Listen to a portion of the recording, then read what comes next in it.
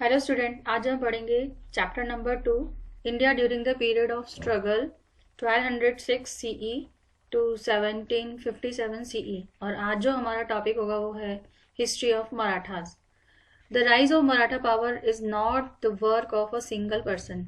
Maratha power का उदय होना ये किसी एक व्यक्ति के हाथ में नहीं था, या कोई एक व्यक्ति ने ही मराठा पावर को नहीं बढ़ाया था। इंस्टेड इसके बजाय, इंस्टेड मतलब होता है के बजाय, इसके बजाय it took place at the special time, और इसको होने में कुछ स्पेशल टाइम लगा, which was a consequences of some extraordinary circumstances, जो कि परिणाम था। कॉन्सिक्वेंसेज मीन्स होता है रिजल्ट या परिणाम, और एक्स्ट्रा ऑर्डिनरी मतलब कुछ अलग हटकर, आम से कुछ अलग हटकर होना, और सर्कमस्टेंसेज मतलब होता है परिस्थितियां। तो यानी कि कुछ अलग ही परिस्थितियां बन गई थी, जिनके परिणाम स्वरूप ही जो मराठा पावर थी वो सामने आई थी। डेक्कन प्लेट्यू विच सिचुएटेड, डेक्कन प्लेट्यू जो कि सिचुएटेड था इन the south western part of India, India के साउथ वेस्टर्न पार्ट के अंदर, जिसको कि आज हम महाराष्ट्र के नाम से जानते हैं। As most of this part is plateau, क्योंकि इसका ज्यादातर जो हिस्सा है वो प्लेट्यू रीजन है। और resident of this place have been laborious and brave, और यहाँ के जो निवासी हैं, रेजिडेंट मतलब होता है निवासी, इस जगह के जो लोग हैं वो काफी मेहनती हैं और बहादुर हैं। लेबरस मतलब होता है मेहनतकश लोग, और ब्रेव मतलब होता है बहादुर, तो काफी मेहनत करने वाले हैं और बहादुर हैं। These resident of Maharashtra who were known as Marathas, और महाराष्ट्र, ये जो महाराष्ट्र के रहने वाले जो लोग हैं इनको मराठा के नाम से जाना जाता है।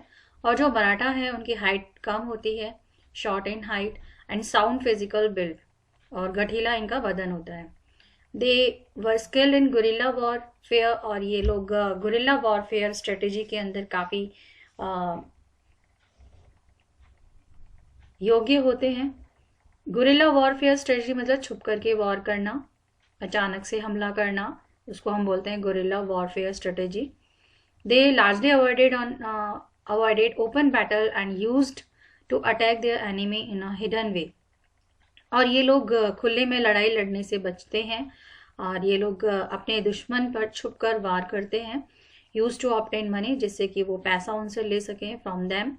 The religious reforms and bhakti movements which took place in 15th and 16th century, और रिलीजियस रिफॉर्म्स हुए, धार्मिक सुधार हुए, भक्ति मूवमेंट हुए 15 और 16 सेंचुरीज के अंदर। Further strengthen society, social unity, और जिससे कि जो वहाँ का समाज था उसमें एकता को मजबूती मिली। In the south of this religious movement, और इसके साउथ में ये जो रिलीजियस मूवमेंट हुआ था based on the masses was led by संत, और साउथ के अंदर ये जो रिलीजियस मूवमेंट था ये बहुत सारे जो संत थे या इंटेलेक्चुअल्स थे, जैसे कि तुकाराम, रामदास, एकनाथ, वामन पंडित एंड अदर्स, इन सब ने मिलकर ये मूवमेंट किया था, रिलीजियस मूवमेंट किया था। This movement was against discrimination, और ये जो मूवमेंट था, ये जो आंदोलन था, ये भेदभाव के खिलाफ था। डिस्क्रिमिनेशन मतलब होता है भेदभाव करना, तो यानी भेदभाव के खिलाफ था। इसके अलावा कास्ट सिस्टम के विरोध में था, and other evils social practice, और भी कई जो सामाजिक बुराइयां थी उनके खिलाफ इन्होंने मूवमेंट स्टार्ट किया था। It shows a path of devotion, और इन्होंने एक रास्ता दिखाया भक्ति का, कि कैसे भक्ति के मार्ग पर चल करके भगवान को पाया जा सकता है। Marathi as a language was very practical and easy, और जो मराठी लैंग्वेज है वो काफ़ी प्रैक्टिकल है महाराष्ट्र के अंदर, और काफ़ी आसान है ये। तो मराठाओं के अंदर जो सबसे जाना माना नाम है वो है छत्रपति शिवाजी का, और इनका जो जन्म हुआ था वो 1627 सीई में हुआ था। तो ये जो दे रखा है 1627 से लेकर 1680, तो ये इनका बर्थ डेट है, और ये इनका डेथ डेट है। तो शिवाजी का जन्म हुआ था 20 अप्रैल 1627 सीई के अंदर, शिवनेर किले के अंदर। He was the son of Shahji Bhosale, और ये शाहजी भोसले की पहली पत्नी जीजाबाई के बेटे थे।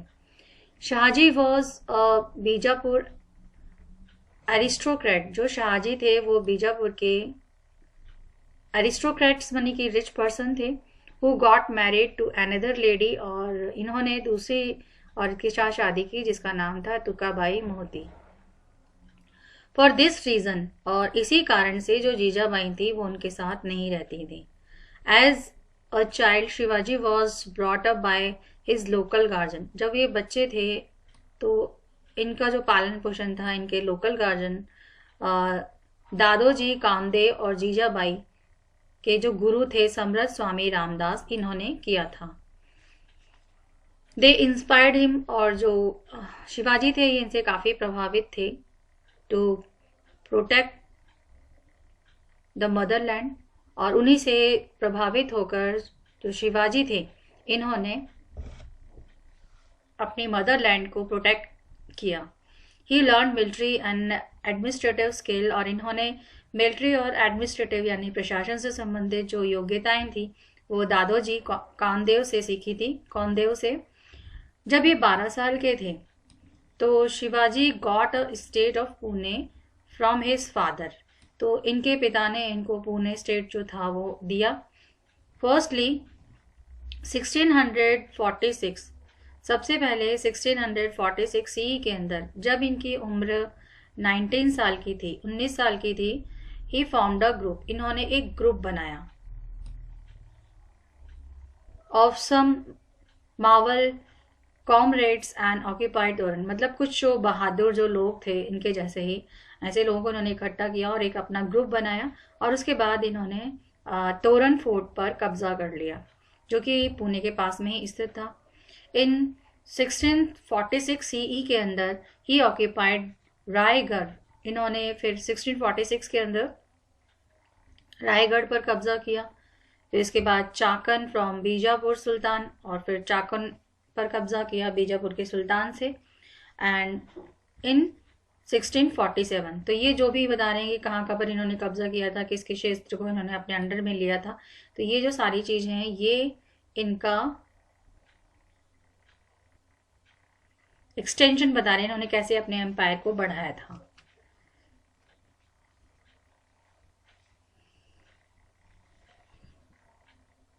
एंड इन 1647 सी के अंदर इन्होंने बारामती, इंद्रपुर, सिंहगढ़ एंड पुरंदर फोर्ट, पुरंदर का जो किला था उस पर इन्होंने जीत हासिल कर ली। इन 1656 के अंदर शिवाजी ने कोंकन्स, जो कोंकण थे उनके कल्याण और जावली किला पर भी अपना कब्जा कर लिया। इन 1656 इटसेल्फ, 1656 में इन्होंने अपनी जो कैपिटल थी वो रायगढ़ को बना लिया। 1560 में इन्होंने अपनी कैपिटल रायगढ़ बनाई। Being concern by Shivaji policy of extension of empire, Bijapur sultan send the commander Afzal Khan to eliminate him. Shivaji की बढ़ती हुई पावर को देखकर कि वो अपना जैसे एम्पायर बढ़ा रहे थे, उस पावर को देखते हुए जो बीजापुर के सुल्तान थे उसने अपने कमांडर अफजल खान को भेजा कि जाओ शिवाजी को खत्म कर दो, या शिवाजी को खत्म करने के लिए बीजापुर के सुल्तान को भेजा। During talk of alliance Afzal Khan try to betray Shivaji, due to which Shivaji tore off his stomach using bagh nakha. बातचीत के दौरान, भाई बातचीत के लिए उनको बुलाया गया शिवाजी को, संधि के लिए, अलायंस मतलब होता है संधि, तो अफजल खान ने कोशिश की कि अफजल खान ने शिवाजी पर हमला किया, और जिसकी वजह से जो शिवाजी थे वो भी पहले से तैयार थे, को पता था कि बातचीत तो कुछ होना नहीं है, कुछ ना कुछ गड़बड़ होनी है, तो वो अपने साथ बाघ नखा लेकर गए थे, यानी कि उन्होंने अपने हाथों में बाघ नखा पहन रखा था, और उससे उन्होंने जो अफजल खान थे उनके पेट पर हमला कर दिया।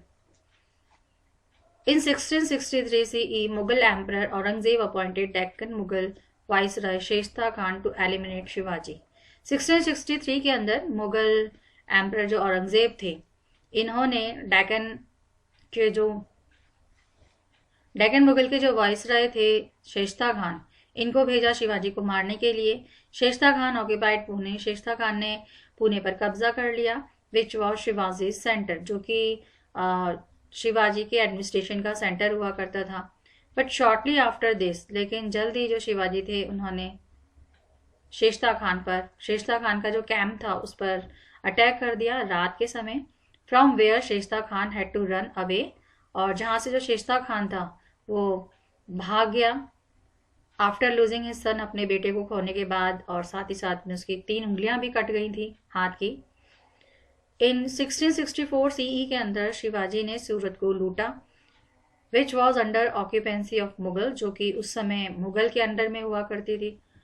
Angered by all these activities, और इन सब एक्टिविटीज से गुस्सा होकर औरंगजेब ने अपने मिनिस्टर किंग ऑफ आमेर के जो राजा थे मिर्जा जयसिंह और दिलेर खान को भेजा। Mughal army occupied several forts, Mughal army ने बहुत सारे शिवाजी के किले पर अधिकार कर लिया। Being helpless Shivaji entered into treaty, और मजबूर होकर, क्योंकि अब उसके कोई मदद करने वाला भी नहीं था, तो उसे मजबूर होकर शिवाजी ने जयसिंह के साथ एक संधि की 1665 सीई के अंदर, और ये जो संधि थी वो ट्रीटी ऑफ पुरंदर के नाम से जानी गई। तो ट्रीटी ऑफ पुरंदर क्या है? इसमें शिवाजी ने जयसिंह के साथ एक संधि की थी 1665 सीई में, जो कि ट्रीटी ऑफ पुरंदर के नाम से जानी गई। और इस ट्रीटी ऑफ पुरंदर के अंदर कुछ प्रोविजंस थे, ये पूछा जाता है एग्जाम के अंदर ट्रीटी ऑफ पुरंदर के बारे में। तो सबसे पहला तो ये था कि शिवाजी ने अपने 23 किले में 23 जो किले थे 35 किलो में से वो मुगल्स को सौंप दिए, यानी वो उनको मुगल्स को देने पड़े। अब उनके पास केवल 12 ही किले बचे, तो यानी इनके पास 35 किले हुआ करते थे, जिसमें से इन्होंने 23 जो किले थे वो उनको मुगल्स को देने पड़े, और 12 ही किले इनके पास बचे। दूसरा, शिवाजी का जो बड़ा बेटा जिसका नाम था संभाजी को वॉज अपॉइंटेड एज अ पंच हजारी मनसबदार। जो इनके बड़े बेटे थे संभाजी, इनको अपॉइंट किया गया पंच हजारी मनसबदार के रूप में। तो ये दो संधियों के दौरान ये दो बातें थी कि पहले तो उनको अपना किला देने पड़े 23, और अपने जो उनका जो बेटा था उसको मनसबदार के रूप में काम करना पड़ा पंच हजारी के। King Jaisingh convinced Shivaji to attend Mughal court, और जो जयसिंह थे उन्होंने शिवाजी को मनाया कि वो मुगल कोर्ट में जाएं आगरा के। Jaisingh told him that he would be appointed as subedar, और जयसिंह ने शिवाजी से कहा कि उनको सूबेदार के रूप में अपॉइंट किया है मुगल के सूबास के इन द साउथ। इन मई 1666 मई के दौरान जब शिवाजी रॉयल कोर्ट में पहुंचे, राज दरबार पहुंचे, जिसमें उनके साथ मिसबिहेव किया गया, उनके साथ गलत व्यवहार किया गया, उनके साथ बदतमीजी से पेश आया गया। With if he was a lowly mansabdar, और जैसे कि वो एक उनको जो मनसबदार की पोस्ट भी दी थी वो काफी लो थी, मतलब काफी डाउन वाली दी गई थी। ही वॉज ऑल्सो इंटर्न, और साथ में उनको बंदी बनाने की कोशिश भी की गई। बट इन नवंबर 1666 उनको बंदी बना लिया, इंटर्न मतलब उनको बंदी बना लिया गया, और नवंबर 1666 के अंदर वो चुपचाप उस कैद से बाहर निकल के आ गए अपने बेटे के साथ, सामाजी, उनका जो बेटा सामाजी था उनके साथ, and reached his home safely, और वहां से चुपचाप निकल के अपने घर सुरक्षित पहुंच गए। Next year Aurangzeb entitle Shivaji as a king, और अगले साल जो औरंगजेब था उसने शिवाजी को टाइटल दिया राजा का, and granted him the state, और उनको स्टेट दी गई बरार की। Shivaji maintain piece for 2 year, और इसी वजह से जो शिवाजी थे उन्होंने 2 साल तक शांति बनाए रखी। बट इन 1670 सी के अंदर उन्होंने विद्रोह कर दिया, और अपने वो सारे किले जो उन्होंने मुगल्स को दिए थे वो उनसे वापस हासिल कर लिए। Ensuring security of local Mughal officers in some part of Khandesh, he also made a return agreement of collecting chauth. और मुगल कुछ ऑफिसर्स थे, उनकी सिक्योरिटी को बनाए रखने के लिए उन्होंने एक रिटन एग्रीमेंट करवाया, जिसमें जो भी मुगल ऑफिसर्स थे उनसे उन्होंने चौथ कलेक्ट किया। चौथ क्या था कि चौथ क्या होता है, 1/4 पार्ट ऑफ इनकम, यानी जितनी भी इनकम होती है उसका जो 1/4 पार्ट है उसको चौथ कहा जाता है। तो जो भी मुगल ऑफिसर्स थे उनको अपनी पोस्ट पे बने रहने के लिए या उनको सिक्योरिटी देने के लिए जो शिवाजी थे उन्होंने उनसे चौथ कलेक्ट किया, यानी कि जो भी उनकी इनकम होगी उसका 1/4 पार्ट शिवाजी के पास जाना चाहिए। इन 1670 के अंदर उन्होंने सूरत को वापस लूटा। 1674 सी के अंदर रायगढ़ फोर्ट में ही एंथ्रोन हिमसेल्फ, इन्होंने अपने आप को सिंहासन पर बिठा लिया एज इंडिपेंडेंट किंग, और इन्होंने अपने आप को एक आज़ाद राजा जो था महाराष्ट्र का उस रूप में इन्होंने अपने आप को घोषित कर दिया एंड एज्यूम द टाइटल, और इनको फिर टाइटल दिया गया छत्रपति का। शिवाजी की मौत हो गई 1680 के अंदर, 1680 सीई में। एट दैट टाइम, उस समय his Maratha empire extended across western Karnataka, और उस समय जो मराठा एम्पायर था वो पूरे वेस्टर्न कर्नाटक के अंदर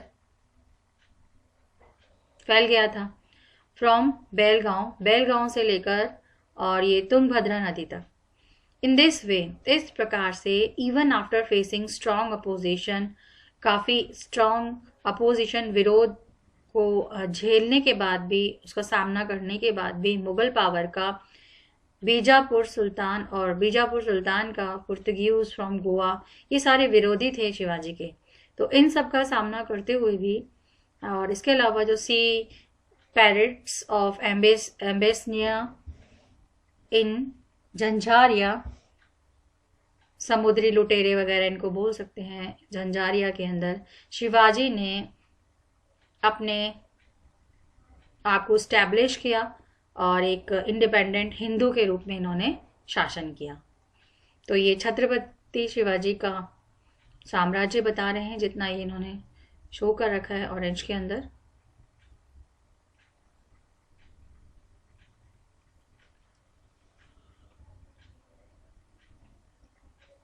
ये तस्वीर है, ये अफजल खान है।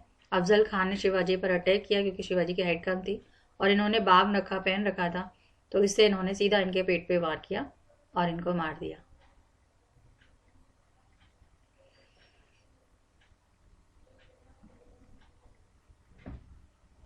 अब हम पढ़ेंगे विजयनगर एंड बहमनी एम्पायर। इस बार आपके सिलेबस में नहीं है लेकिन आगे काम आएगा। विजयनगर एम्पायर।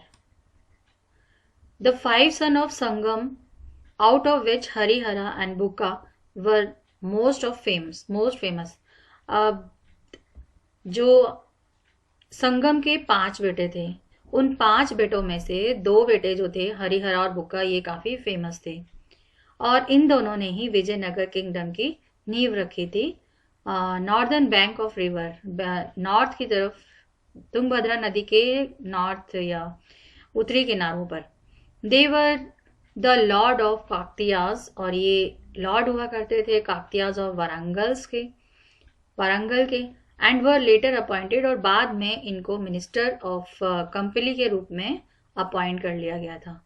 तो ये किसके बारे में पढ़ रहे हैं हम, हरिहरा और बुक्का के बारे में। हरिहरा बुक्का किसके बेटे थे, संगम के थे, और इन्होंने कहाँ से कहाँ तक फैलाया था अपने साम्राज्य को, विजयनगर को, ये northern bank of river Tungabhadra तक। और ये लॉर्ड्स थे काकतियास के, वारंगल्स के, और बाद में इनको मिनिस्टर ऑफ कंपली के रूप में अपॉइंट किया गया, state of modern Karnataka. After destruction of Kampili के डिस्ट्रक्शन के मतलब जो कंपली था वो खत्म हो गया या तहस नहस कर दिया गया स्टेट को, और इस वजह से जो जो एम्परर थे मोहम्मद तुगलक, इन्होंने दोनों भाइयों को जेल में डाल दिया।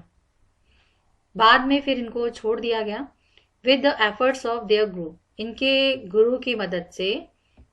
हरिहर और बुक्का के जो गुरु थे विद्यारण्य इनके मदद से या इनकी कोशिशों से इनको दोबारा से प्योरीफाइड किया गया, इनको शुद्ध किया गया।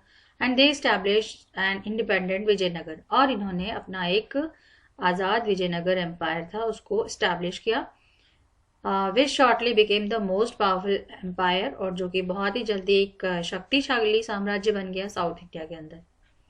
टुडे, आज उसकी जो कैपिटल है विजयनगर, इसको पहचाना जाता है हम्पी के अवशेषों के रूप में, which has recognized as world heritage protection site by UNESCO, जिसको कि रिकॉग्नाइज किया गया है world heritage protection site UNESCO के थ्रू।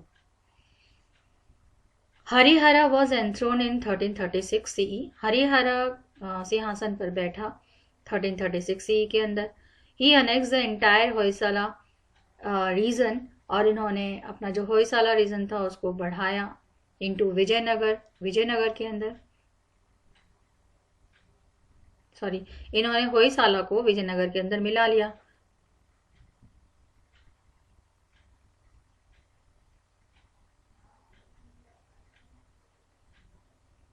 और उसके बाद इनके बाद इनका जो सक्सेसर था, और ये अपने भाई के सक्सेसर हरिहरा जो थे बैठे, फिर उसके बाद इनका भाई इनका सक्सेसर बना 1346 के अंदर इनके बाद, और इनके भाई ने शासन किया 1377 तक। बुक्का एक्सटेंड, बुक्का ने विजयनगर एम्पायर को साउथ इंडिया तक इसको फैला लिया। साउथ इंडिया में रामेश्वरम, तमिल एंड चे रीजन, ये सब इसके अंदर आ गए। हरिहरा ने शासन किया 1377 से लेकर 1406 सीई तक। द सक्सेसर ऑफ बुक्का, और जो बुक्का का सक्सेसर था उस वक्त, हरिहरा बुक्का का ही सक्सेसर था, क्योंकि बुक्का ने अपने भाई हरिहरा को बनाया था। ड्यूरिंग हिज रेन, इनके शासनकाल के दौरान, ही कन्फ्रंटेड द मुस्लिम रूलर्स, इनको मुस्लिम रूलर्स का सामना करना पड़ा। ही was a worshipper of Virupaksha, और ये वर्शिपर थे विरूपक्षा के। विरूपक्षा जो है एक लॉर्ड शिव का एक रूप है। ड्यूरिंग हिज रेन, इसके शासनकाल के दौरान Vijayanagara empire extended up to the entire south India, ये पूरे साउथ इंडिया के अंदर फैल गया था, जिसके अंदर मैसूर, वनरा, तिरुचिरापल्ली एंड कांचीपुरम, ये सारी चीज, ये सब जो थे वो ऐड हो गए थे इसके अंदर, ये सारे इंक्लूड थे। जस्ट फिर उसके बाद हरिहरा सेकंड, देवराय फर्स्ट, इन्होंने शासन किया 1406 से लेके 1422 सीई तक। Was also defeated by Bahmani sultan, और ये बहमनी सुल्तान के थ्रू हार गए। बुक्का का जो बेटा था देवराय सेकंड, इसने शासन किया 1422 से लेकर 1426 तक। ही गेन द टाइटल, और इनको टाइटल दिया गया Gajabetekara. The hunter elephant, Gajabetekara मतलब होता है कि जो hunter elephant. In order to confront the Bahmani empire, और बहमनी एम्पायर का सामना करने के लिए ही रिक्रूट मुस्लिम्स, इन्होंने पहली बार मुस्लिम्स को अपनी सेना के अंदर मिलाया। इटालियन ट्रैवलर्स निकोलो डे कॉन्टी, और जो इटालियन ट्रैवलर थे निकोलो डे कॉन्टी और पर्सियन एम्बेसडर थे अब्दुल रजाक, ये विजयनगर आए इनके पीरियड के दौरान। इन दिस पीरियड, और इस पीरियड के दौरान जो विजयनगर एम्पायर था वो एक्सटेंड किया गया टू द सी कोस्ट तक ऑफ साइलॉन, जो कि श्रीलंका का पुराना नाम था। The last ruler of this empire, ये जो लास्ट रूलर थे इस एम्पायर के वो थे मल्लिकार्जुन और विरूपक्षा, ये इनके लास्ट एम्पायर थे। तो ये तो था विजयनगर के बारे में। अब हम पढ़ेंगे बहमनी के बारे में। Bahmani empire in the south के अंदर जो बहमनी एम्पायर था और and dynasty founded by the Mohammad Tughlaq, ये मोहम्मद तुगलक के थ्रू उसको फाउंड किया गया था। तुगलक्स ऑफिसर जिसका नाम था हसन, हसन इसको जफर शाह भी बोलते थे। तो बहमनी एम्पायर या डायनेस्टी, इसको मोहम्मद शाह के जो ऑफिसर थे हसन जफर शाह, इन्होंने स्टैब्लिश किया था। Hasan obtain the favour of emirs, और इनको एमिर्स का फेवर मिला था, यानी एमिर्स जो थे यानी पैसे वाले जो लोग थे साउथ के, वो इनकी तरफ थे। And establish his kingdom by taking advantage of revolt spread against Tughlaqs, और इन्होंने अपना जो ये किंगडम था उसको स्टैब्लिश किया क्योंकि जो तुगलक के लोग तुगलक के खिलाफ जो विरोध कर रहे थे, इसका इन्होंने फायदा उठाया और ये अपना साम्राज्य इन्होंने स्टैब्लिश किया। He was descendant of brave Persian, और ये ब्रेव पर्सियन के डिसेंडेंट थे। ब्रेव पर्सियन वॉरियर बहमन इनके डिसेंडेंट थे, पड़पोते हम बोल सकते हैं। And he took the title, और इनको टाइटल दिया गया Alauddin Bahman Shah.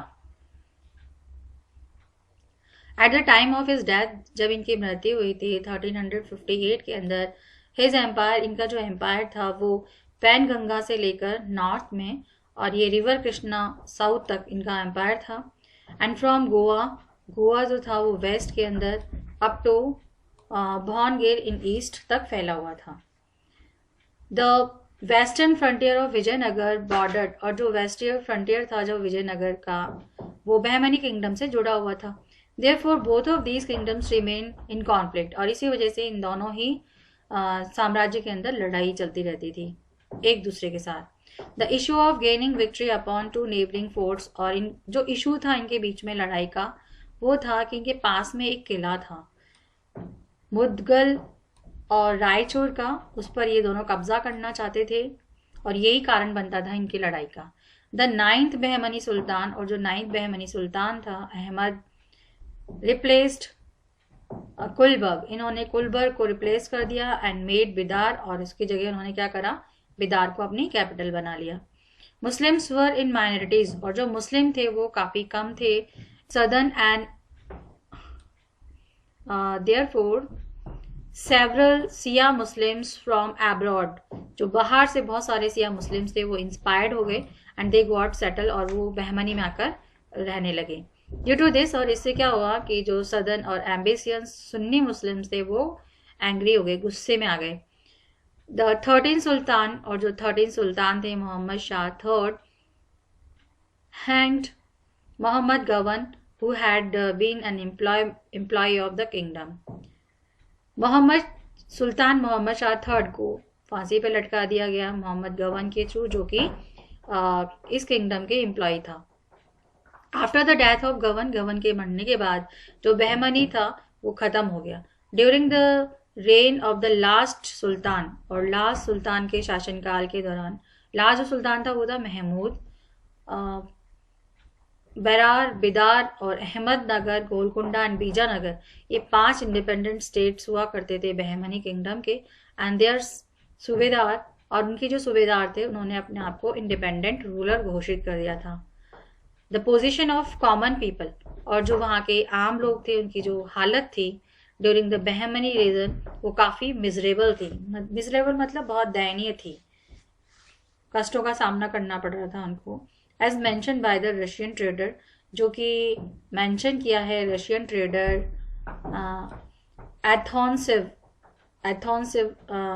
एथोनेसिव्स Nikitin, who travel through, जो कि उस समय बहमनी किंगडम में आए थे यात्रा करने के लिए फॉर 4 years, 4 साल के लिए, 1470 से लेके 74। और उस टाइम इन्होंने जो देखा था वो इन्होंने बताया कि वहाँ के जो लोग थे उनकी हालत अच्छी नहीं थी। तो ये था पूरा आपका बहमनी एम्पायर के बारे में और विजयनगर एम्पायर के बारे में।